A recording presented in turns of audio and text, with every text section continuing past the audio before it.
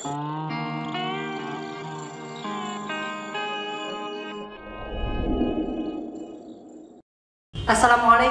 warahmatullahi wabarakatuh. Kembali lagi dengan saya Ahmad Usal Arifin. Pada kesempatan kali ini saya akan menjelaskan kepada Bapak Ibu sekalian tentang alur pencairan atau proses pencairan tunjangan profesi guru dari awal penginputan di lembaga sampai dengan masuk pada rekening Bapak Ibu sekalian. Sebelum kita membahas itu, alangkah baiknya Bapak Ibu bisa like, komen, share, dan subscribe channel ini. Serta saya mohon Bapak Ibu untuk share kepada rekan-rekan Bapak Ibu sekalian. Kenapa? Agar Bapak Ibu sekalian itu mengetahui alur proses untuk pencairan tunjangan profesi guru atau yang kita sebut dengan sertifikasi guru. Nah, kita simak alurnya dari awal sampai dengan akhir sampai masuk pada rekening Bapak Ibu. Jangan di skip dan saksikan video berikut ini. Sebelum saya menjelaskan alur pencairan tunjangan profesi guru itu, di sini Bapak Ibu sebaiknya harus mengetahui pula untuk aturan atau peraturan dari Kemendikbudristek nomor 4 tahun 2022 ini tentang tunjangan profesi guru, tunjangan khusus, dan tambahan penghasilan.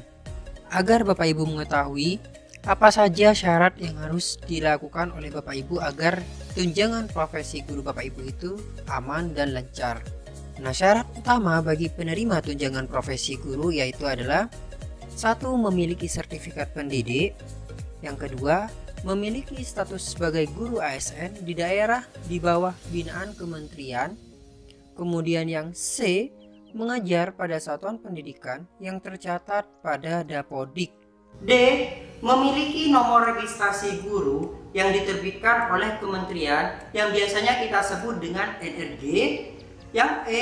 Melaksanakan tugas mengajar dan atau membimbing peserta pada satuan pendidikan sesuai dengan penunjukan sertifikat pendidik yang dimiliki yang dibuktikan dengan surat keputusan mengajar. Kemudian F. Memenuhi beban mengajar. Kemudian G. Memiliki hasil penilaian kinerja paling rendah disebutkan baik. Yang H. Mengajar di kelas sesuai dengan jumlah peserta didik dalam satu rombongan belajar yang dipersyaratkan sesuai dengan satuan pendidikan dan tidak sebagai pegawai tetap instansi lain.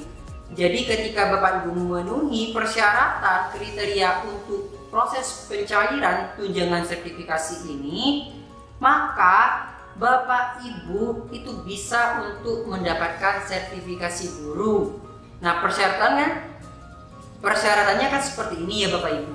Nah, sekarang proses untuk validasi datanya seperti apa? Nah, proses validasi data itu Bapak Ibu bisa lihat tabel berikut ini. Jadi di sini dijelaskan bahwa siklus pengerjaan sebelum terbit SKTP. Pertama kali Bapak Ibu harus memenuhi beban kerja terlebih dahulu. Setelah Bapak Ibu memenuhi kriteria untuk proses penerbitan SKTP, maka Bapak Ibu bisa inputkan data Bapak Ibu pada operator sekolah. Jadi Bapak Ibu awasi operator sekolah. Sesuai dengan di tabel ini, Bapak Ibu harus mengawasi tentang proses penginputan atau pengentrian data pada operator sekolah.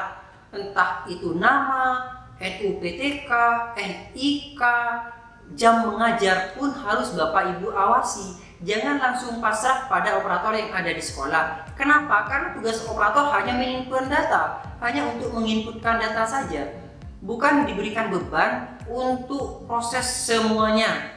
Jadi tugas operator hanya untuk proses penginputan data yang diawasi oleh Bapak Ibu guru. Nah, seperti itu.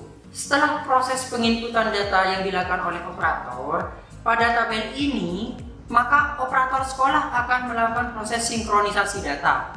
Jadi operator sekolah akan melakukan proses sinkronisasi data pada aplikasi Dapodik sekolah. Setelah operator sekolah melakukan proses sinkronisasi data, maka di sini Bapak Ibu tinggal menunggu. Jadi untuk waktunya itu tidak bisa kita tentukan Bapak Ibu untuk waktunya. Jadi kita tunggu saja nanti sampai info GTK kita itu dinyatakan valid. Nah, Oleh sebab itu, maka yang dimasukkan datanya di sini harus benar-benar valid dan benar. Ketika terdapat kesalahan, maka nanti info GTK Bapak Ibu otomatis tidak akan valid. Oleh sebab itu, pastikan data Ibu itu valid. Setelah proses penarikan data oleh info GTK, maka langkah Bapak Ibu di sini adalah mengecek kembali data Bapak Ibu pada info GTK. Jadi info GTK Bapak Ibu print out, cek kebenaran datanya. Nah, dicek kebenaran datanya apakah sudah sesuai atau tidak. Baik itu nama, NIK, NIPTK, kemudian jam mengajarnya. Setelah itu kelengkapan sertifikasinya di situ Bapak Ibu. Nah, kemudian setelah itu linearitas mapel Bapak Ibu dicek semuanya. Karena saat ini info GTK, Dapodik dan semuanya itu sudah tersinkronisasi jadi satu. Baik itu dari data BKN tentang kenaikan pangkat dan sebagainya, ataupun NIK berkaitan dengan Dukcapil. Jadi semuanya sudah jadi satu kesatuan. Ketika salah satu ini tidak valid, maka data Bapak Ibu otomatis tidak akan valid. Jadi muncul tidak valid. Nah, tidak validnya Bapak Ibu bisa lihat pada info GTK. Nah, setelah proses penarikan data, maka di situ akan muncul dua opsi Bapak Ibu. Opsi yang pertama yaitu jika valid, opsi yang kedua jika tidak valid. Ketika tidak valid, maka Bapak Ibu bisa melakukan proses perbaikan data pada aplikasi Dapodik. Nah, yang memperbaiki di sini adalah operator yang didampingi Bapak Ibu sekalian. Sekali lagi, dampingi operatornya, kasihan Bapak Ibu. Setelah dilakukan perubahan pada aplikasi Dapodik, nanti Bapak Ibu tinggal sinkronisasi lagi operatornya. Setelah sinkron, maka info GTK akan mengambil data Bapak Ibu kembali. Nah, untuk proses pengambilan data ini Bapak Ibu tidak langsung hari ini sinkron, kemudian setelah itu terbit info GTK. Tidak seperti itu Bapak Ibu. Tapi Bapak Ibu harus menunggu, dan waktunya itu tidak bisa kita tentukan kapan. Karena proses penarikan info GTK ini hanya bukan pada kabupaten kota Bapak Ibu masing-masing, tapi di seluruh Indonesia. Jadi harus bersabar Bapak Ibu. Ketika tidak valid, langsung laporan pada operator, ini yang mengakibatkan tidak valid. Kemudian dirubah data Bapak Ibu pada aplikasi Dapodik, kemudian disinkron. Setelah sinkron, info GTK akan mengambil data Bapak Ibu. Ketika info GTK Bapak Ibu itu sudah valid, maka Bapak Ibu lakukanlah verifikasi dengan cara memaraf pada masing-masing koin di info GTK. Jadi Bapak Ibu paraf tuh, apakah memang benar datanya, apakah memang benar gajinya, atau apakah memang benar NIPTK dan kepangkatannya. Bapak Ibu paraf satu-satu. Dan nantinya itu akan dikolektif oleh operator untuk dikumpulkan ke dinas ataupun cabang dinas masing-masing. Jadi setelah dinyatakan valid info GTK-nya, maka Bapak Ibu mengumpulkan berkas ke cabang dinas ataupun ke dinas pendidikan berdasarkan dengan info GTK dan persyaratan lainnya sesuai dengan kabupaten wilayah masing-masing Bapak Ibu. Setelah Bapak Ibu operator itu mengumpulkan berkas ke cabang dinas, maka cabang dinas nantinya akan melakukan sebuah cross-check data. Jadi cabang dinas akan melakukan proses verifikasi data, cross-check data berdasarkan info GTK yang telah dikumpulkan oleh operator sekolah. Nah, untuk pengumpulan berkas di sini bisa dilakukan oleh operator ataupun bisa dilakukan oleh Bapak Ibu sendiri. Tapi biasanya cabang dinas ataupun dinas pendidikan akan meminta rekapitulasi keseluruhan dari lembaga, bukan hanya incerit-incerit Bapak Ibu. Ketika Bapak Ibu dinyatakan tidak valid, maka biarkan saja dulu, jangan dikumpulkan ke cabang dinas ataupun ke dinas pendidikan di masing-masing wilayah.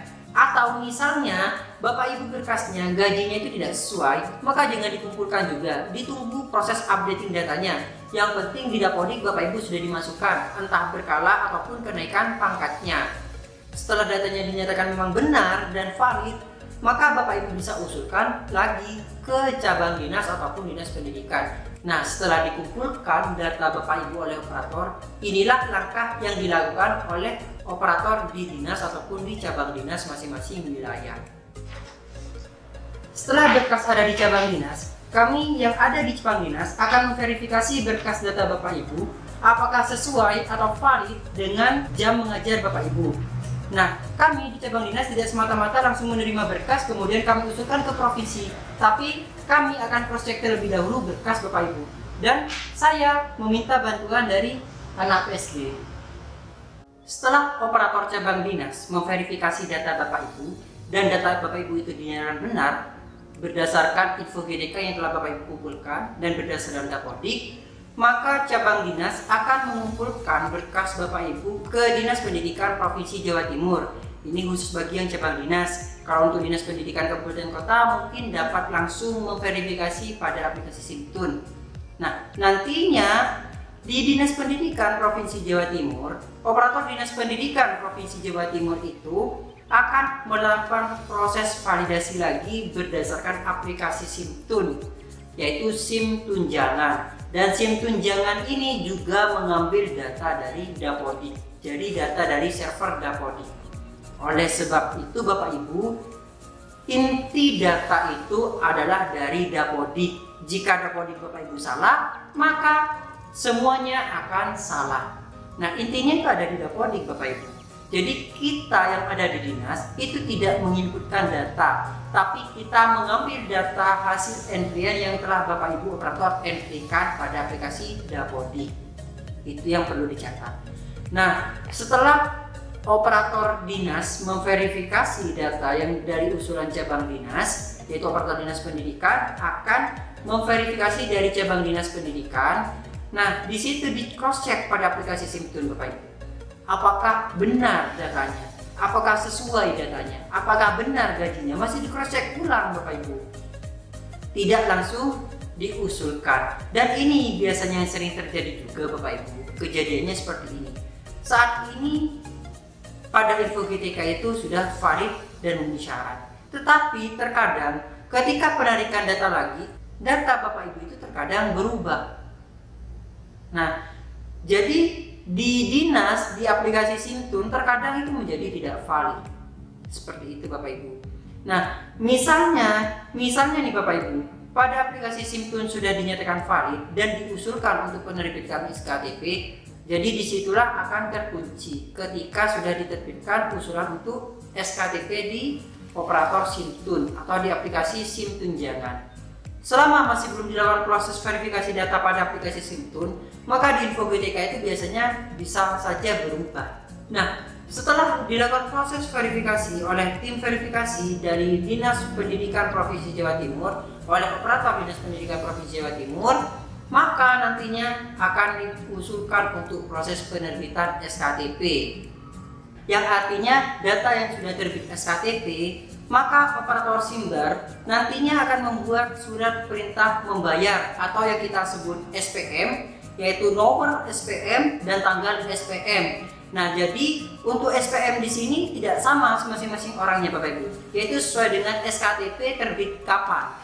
Seandainya SKTP-nya itu terbit terlebih dahulu, maka nomor SPM dan tanggal SPM-nya itu lebih awal, seperti itu. Jadi sesuai dengan terbit SKTP-nya itu kapan.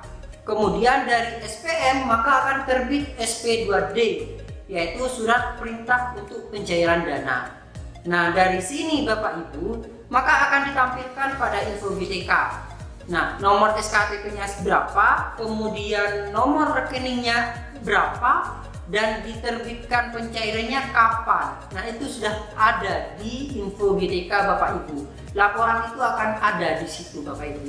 Jadi Bapak Ibu tanpa tanya ke cabang dinas, Mas kapan cair? Mas kapan cair? Mas kapan TPP cair? Mas kapan TPP cair?